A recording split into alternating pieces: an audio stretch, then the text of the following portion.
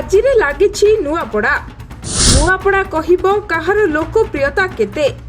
ଘମାଘୋଟ ଚାଲିଛି ପ୍ରଚାର। ବଳ କଷାକଷି ହେଉଛନ୍ତି ବିଜେପି ବିଜେଡି କଂଗ୍ରେସ। ନଭେମ୍ବର 11ରେ ଜନତା ପିନ୍ଧାଇବେ ମୁକୁଟ। ନୂଆପଡ଼ାରେ ପ୍ରଚାର ମଇଦାନକୁ ଓହ୍ଲାଇବେ ନବୀନ। ନଭେମ୍ବର 3ରେ ଦଳୀୟ ପ୍ରାର୍ଥୀ ସ୍ନେହାଙ୍ଗିନୀ ଛୁରିଆଙ୍କ ପାଇଁ କରିବେ ପ୍ରଚାର। ନିର୍ବାଚନ ମାହୋଲ ଭିତରେ ପୂର୍ବତନ ମନ୍ତ୍ରୀ ପ୍ରୀତିରଞ୍ଜନ ଘଡ଼ାଇଙ୍କ ଖରିଆର ରୋଡରେ ଥିବା ଘରେ ପୋଲିସର ଚଢ଼ାଉ। ସେପଟେ ନୂଆପଡ଼ା ଜିଲ୍ଲାପାଳ ଅଫିସ ଘେରିଲା ବିଜେଡି। ସମ୍ମାନର ବାଜି ଜିତିବାକୁ ସବୁ ବଳ କୌଶଳ ପ୍ରୟୋଗ କଲେଣି 3 ରାଜନୈତିକ ଦଳ। ଆଗକୁ ପ୍ରଚାର ମିଟର ବଢ଼ାଇବାକୁ ଓହ୍ଲାଇବେ ରଥୀ ମହାରଥୀ। ସେପଟେ ଆଜିଠାରୁ ଆରମ୍ଭ ହୋଇଛି ହୋମ୍ ଭୋଟିଂ। ନୂଆପଡ଼ାରେ ବଢ଼ିଲାଣି ନିର୍ବାଚନୀ ପାରଦ। ଆଉ ପ୍ରଚାର ବୁଷ୍ଟର ଡୋଜ୍ ଦେବାକୁ ମଇଦାନକୁ ଓହ୍ଲାଇବେ ବିଜେପିର ଷ୍ଟାର ପ୍ରଚାରକ ମୁଖ୍ୟମନ୍ତ୍ରୀ ମୋହନ ମାଝୀ ଓ ବିଜେଡି ମଙ୍ଗୁଆଳ ନବୀନ ପଟ୍ଟନାୟକ।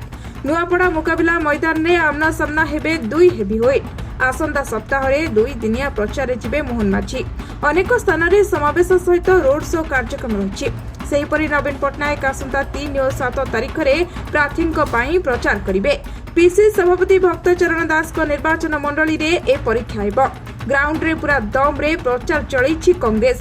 ବିଜେପି ବିଜେଡିକୁ ମାତ୍ ଦେବା ଲାଗି ଆଗକୁ କଂଗ୍ରେସର ରଥୀ ମହାରଥୀ ପ୍ରାର୍ଥୀ ଘାସିରାମ ମାଝୀଙ୍କ ପାଇଁ ପ୍ରଚାର କରିବେ।